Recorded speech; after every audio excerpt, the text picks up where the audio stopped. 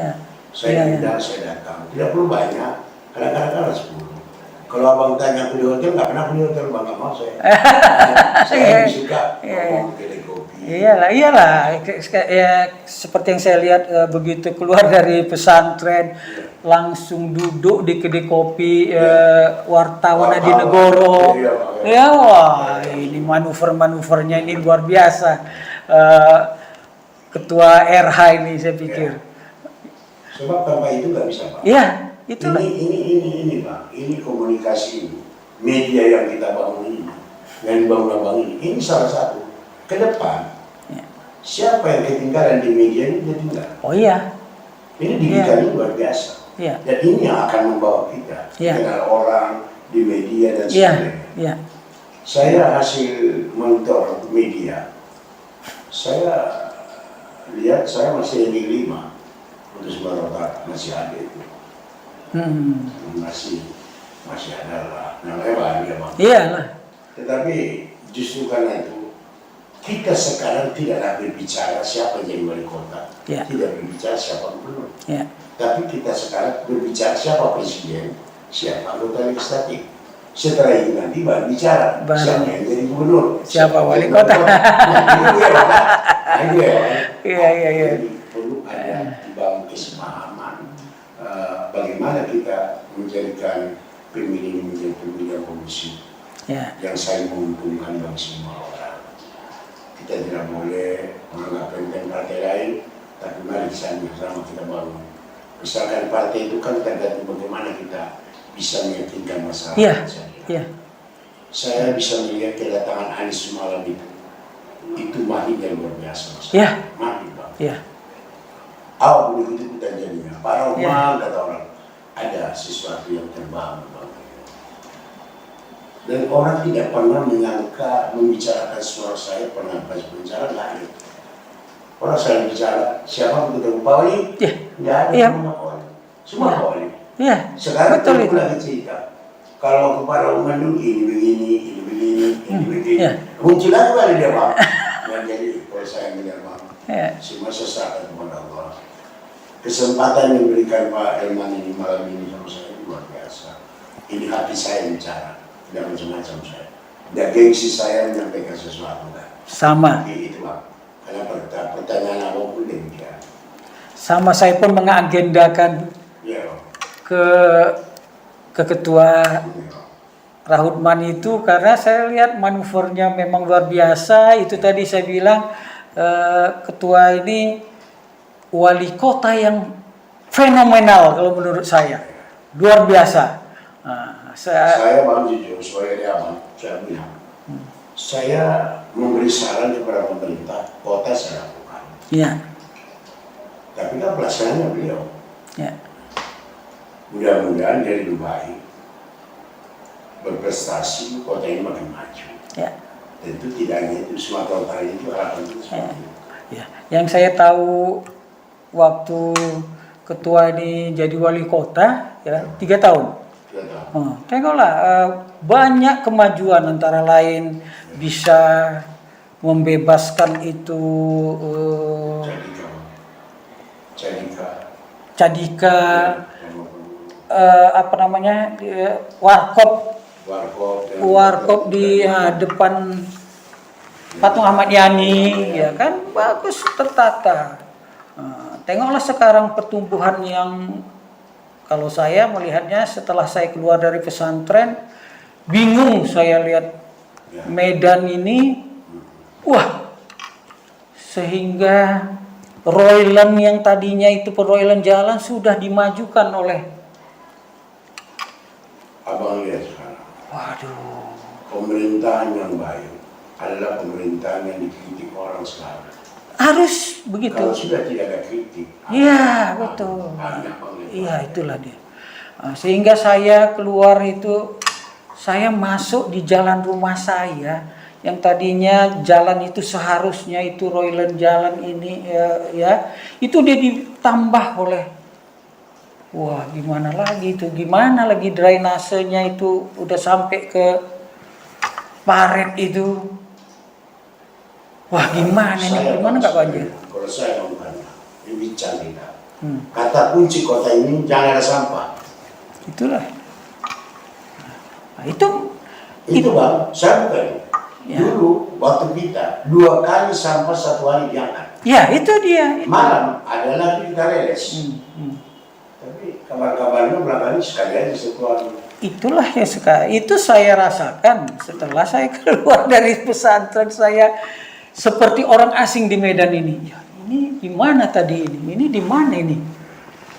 Wah, kita bukan hancur. tidak mengakui ke program anak muda ini. Bagus, banyak salah sini segala macam. Kita dukung, tapi mau kita utamakan rakyat yang paling susah.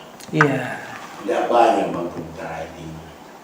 Jalan bagus. Iya. Paling bagus. Iya, betul.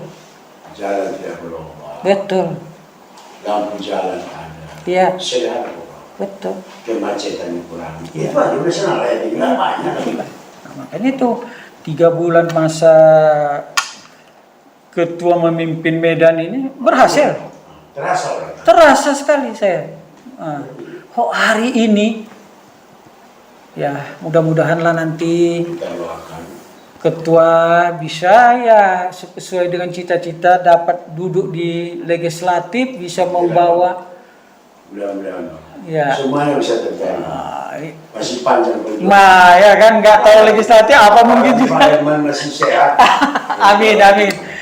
Kita doakanlah bersama. Apa yang terjadi sederhana. Ya. Tapi percayalah menurut saya, masyarakat Medan ini adalah masyarakat yang sangat mudah diarahkan. Benar. Dan jangan pernah kita menyalahkan rakyat. Itu prinsip. Iya. Pemimpin itu tidak boleh Menyalahkan rakyat. Betul betul. Tapi harus kita cari apa solusi yang harus terbuat. Baru itu yang mesti kita bicarakan baik depan. Ini biar pendidikan, kesehatan. Ya. Orangnya keras tapi mudah diarahkan ya ketua ya sebenarnya Medan ini ya. Itu adalah si kota ini aja mudah. Masyarakat, abang lihatnya dulu kalau kita asal turun kita kayak belum kumpul semua. Iya. Iya. Pernah abang saya bilang, ini bicara. 2001 kepala kosa pernah saya kumpulkan. Kalau kalian bisa membersihkan pada 3 meter 1 keping, kali 1 hari 21, kali sebulan berapa ini? Betul. Waktu itu gaji mereka naikkan kalau mereka memang. Ya. Tapi mereka sayang dan kemanjakan mereka begini. Karena mereka yang berharga perasaan daripada lurah. Karena mereka bekerja di bawah, yang dekat dengan masyarakat kan. Iya betul. Apalagi kita tidak boleh menyalahkan siapa-siapa. Ya. Kalau nggak jalan berarti kita start itu jalan. Memilih start kan harus memilih start yang sesuai dengan kemampuan dia. Ya salah start ya salah pemimpin dia ketua kan. Iya benar. Nah itulah yang saya memang keras, bukan kasar. Ingat apa ya? Ya. Saya keras memimpin, bukan kasar. Iya betul. Beda juga. Ya. Orang tahu, kau kan pernah juga begini. Saya keras, tapi nggak kasar. Kalau udah keras saya, itu berarti udah aman itu. Belakang percaya itu atau orang. Karena perhatikan, mulai itu kita terbawa. Iya. Itu kalau itu betul. Apa boleh? Iya. Saya tidak pernah menyalahkan mereka juga saya. Makanya kita doakan dengan pemimpin yang muda-muda ini, bedanya akan makin cepat berkembang. Kita lihat aja, bukan lapangan mereka lagi direvitalisasi, apa jadinya, bagaimana bagusnya nanti, semua jalan dibenahi segala macam. Mudah-mudahan yang terbaik. Saya kira itu. Saya tidak mau menyalahkan, tapi saya berharap lebih baik. Tapi nggak tahu ya, ya kita belak-belakan aja ketua. Kalau saya masalah Merdeka Walk itu direvitalisasi, saya nggak cocok sama saya. Kenapa? Karena itu udah jadi ikon Medan, saudara. Untuk mencari ikon Medan itu bukan gampang. Kalau saya dulu kemarin tuh punya pemikiran gini ketua, ini kita belak-belakan aja ya. Itu Merdeka Walk sudah pas dia. kalau dia itu dijadikan apakah budaya heritage atau apa mungkin ada gedung makanan apa yang tinggi ya dipangkas saja atau kurang kuliner di apa aja dibuat aja baru dikembangkan dibenahi dia ya sebagai karena kalau saya dulu berpikiran itu sudah bisa menjadi kalau di Singapura itunya Orchard Road-nya itu karena Kesawan itu dari ujung Kesawan itu perkantoran ya. Orang dibuat aja itu terminal mini angkot itu di depan di Deli Plaza itu aja sebenarnya. Jalan kaki orang. Itu dia ketua. Jadi orang pulang kantor jam 4 pagi untuk menghilangkan macet dia jalan kaki aja yang duduk di Merdeka Walk itu. Iya kan? Jam 7 udah lapang, angkot di sana, jalan. Saya Pak, tahun 2012, saya mendapat penghargaan itu ya? dari Menteri Pekerjaan Umum, penanganan infrastruktur baik nasional. Iya, itulah. Adipura Kota Televisi dapat kita. Itulah. Pengelolaan pemerintahan terbaik ini, udah kita peroleh itu langsung. Jadi kalau menurut saya yang perlu dibenahi itu ketua. Dapurnya itu tetap di tengah, tampak depan, tampak belakang itu jadikan depan. Ya. Jadi orang yang mau olahraga di lapangan Merdeka itu melihat anaknya, keluarganya dia bisa sambil ngopi, menghadap. Jadi mukanya itu muka belakang dia, muka dia. Jadi kebersihan tetap terjaga, dapur di tengah itu sebenarnya. Kalau saya tahu itu revitalisasi itu malam mau di jalan, mau di jalan parkir, bawah itu. Iya katanya. Tapi saya nggak tahu lah konsepnya karena saya kan nggak ikut sampai setiap hari. Ya. Pokoknya baiklah modern. Mudah-mudahan keseimbangan yang dibangun itu seimbang dengan peningkatan kesejahteraan. Mudah-mudahan. Tapi kalau saya menyayangkan karena itu sudah jadi ikon Medan. Jadi kalau memang pun ada kemarin kendala harusnya dicoba, dicarikan solusi. Sama kayak di Jakarta itu pasar Tanah Abang. Ya. Dulu mau dicarikan solusi karena pasar Tanah Abang itu udah pasar internasional. Binti saya itu lah benar. Ikon Kota Medan. Itu. Coba lihat.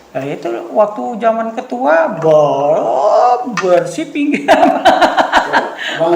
Ya itulah dia. Dalam pinggirannya kita berharap sebenarnya penanganannya itu baik. Dan kita tidak ingin jalan Sukoto itu di Parungkongko itu ada tenda-tenda biru. Iya. Bersih lah. Iyalah itulah itu. Jadi nggak ngerti lah. Dan tidak boleh saling menyalahkan. Tanggung jawab kota ini tanggung. Iyalah. Itulah.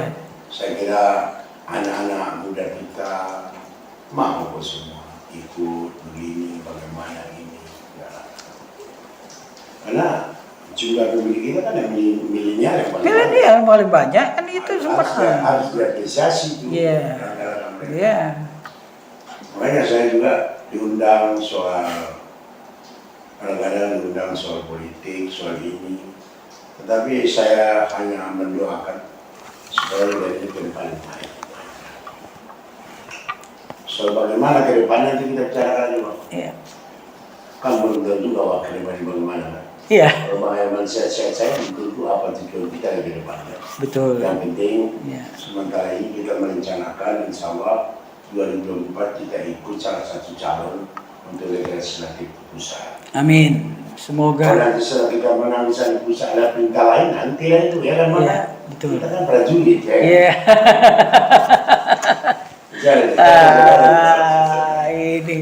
Aku doakan Bang, ini podcast yang buat abang ini menjadi sesuatu komunikasi alat media yang bisa dimanfaatkan dengan baik.